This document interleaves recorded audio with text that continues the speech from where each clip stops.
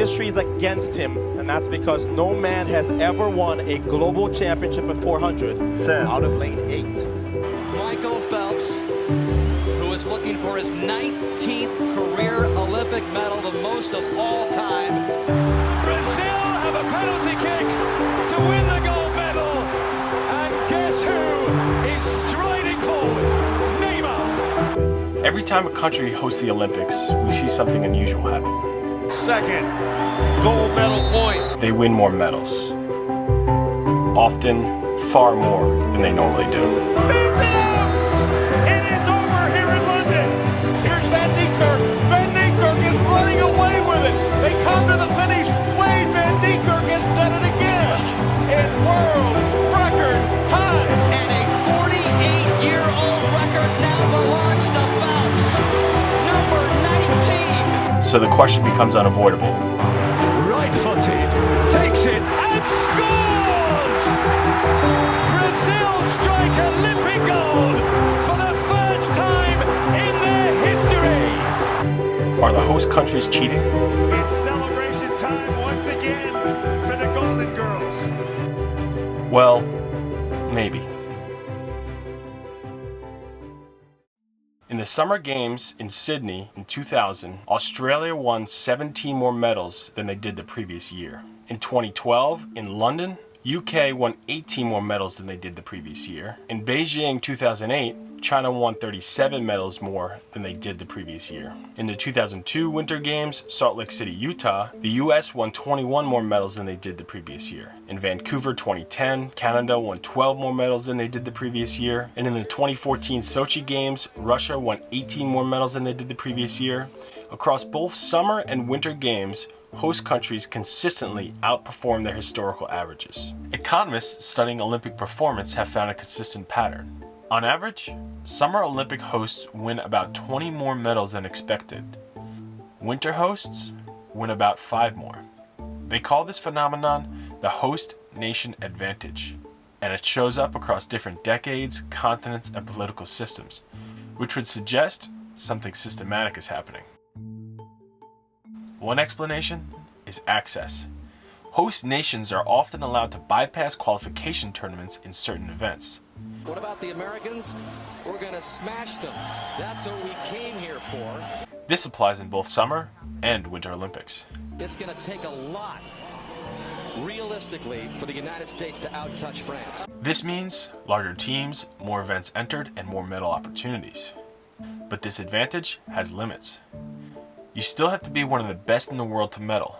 While automatic qualification increases your opportunity, it does not increase your ability. There's no doubt that he's taken that.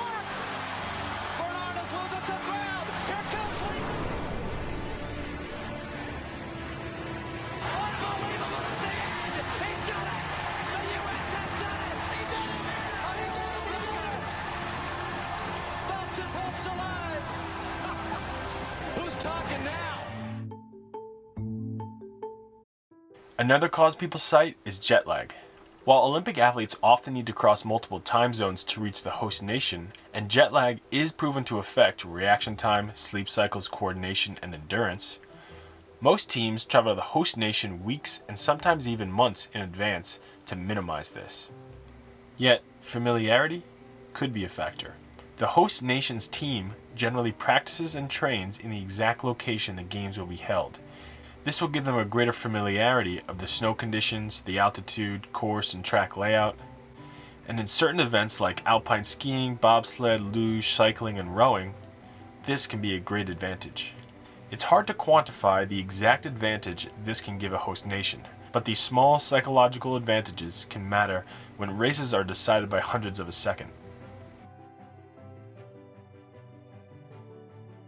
Now, many Olympic sports rely on judging, like gymnastics, diving, figure skating, ski jumping. Research has shown that sometimes judges display nationalistic bias.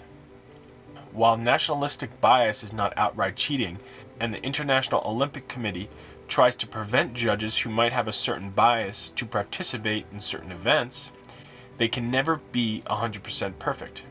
A judge having a familiarity with an athlete, knowing the struggles they've gone through and how hard they've worked, can certainly have a factor in the outcome of these events.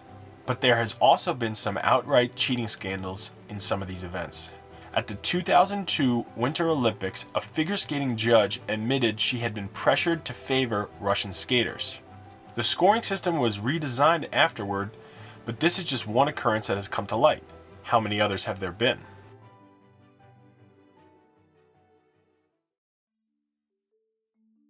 Before the 2018 Winter Olympics, judges were suspended for national favoritism, but judging bias is only part of the story.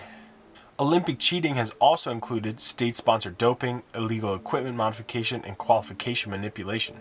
Some examples are the East German doping programs, the Russian doping scandals, and the Norwegian modified ski jumping suits of 2025. These examples show that the incentive to win, especially at home, can be enormous. But most Olympic medals aren't won by being judged, they're measured. So electronic timing systems might seem like the easiest thing to manipulate, but Olympic timing systems are designed specifically to prevent that. They'll have things like independent timekeepers, redundant sensors, photo finish cameras, and international verification. In track, finish cameras capture thousands of frames per second. Swimming uses touch pads and backup timers. Winter sports use laser timing gates. To manipulate results, multiple independent systems would need to be altered simultaneously. There's no credible evidence this has ever happened. Electronic measurement seems to be one of the most secure parts of the Olympics.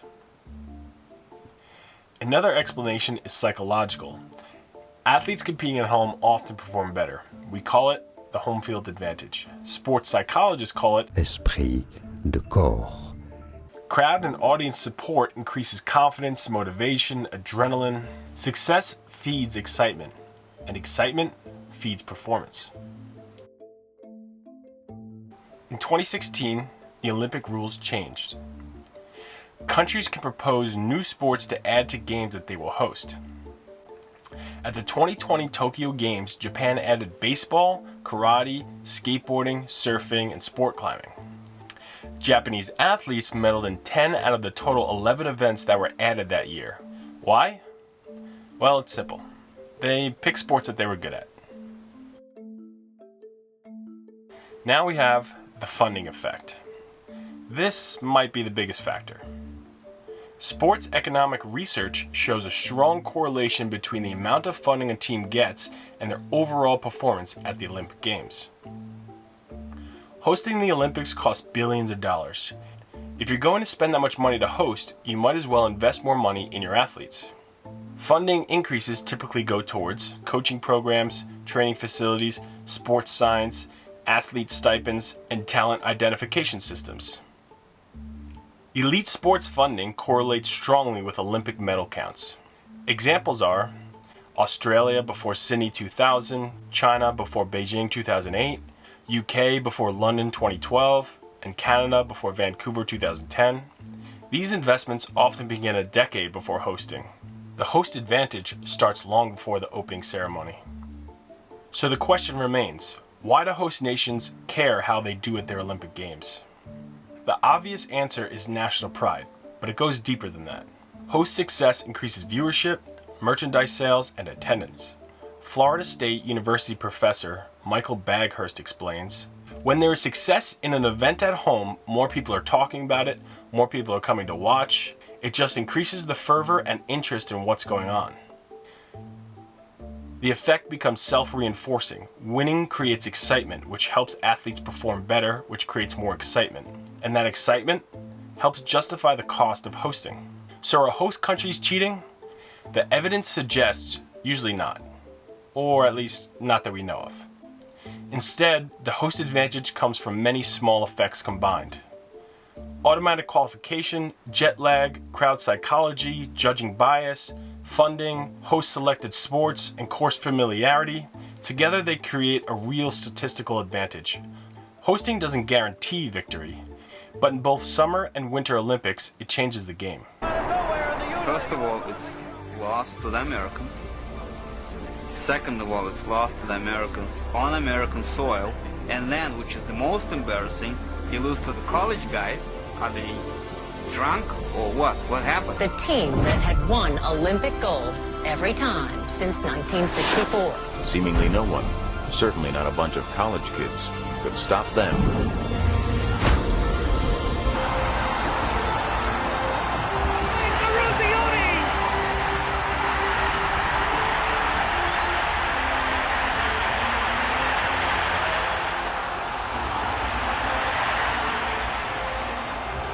They were playing with passion for our country. The Americans never really counted as an opponent. Play your game. Play your game. American in 55 seconds, but Mikhailov has the puck.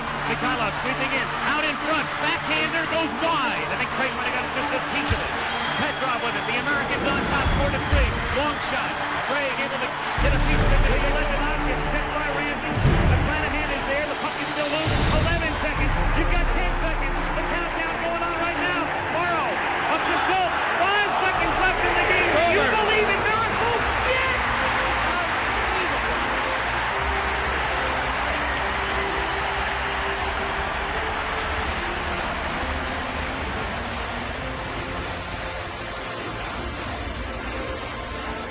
It's impossible dream come true!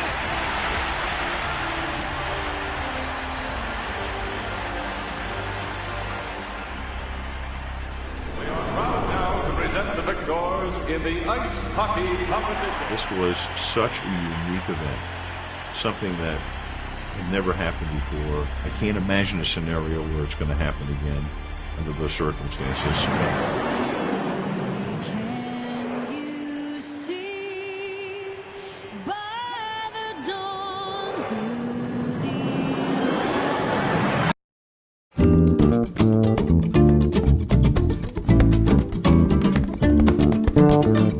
Thank you.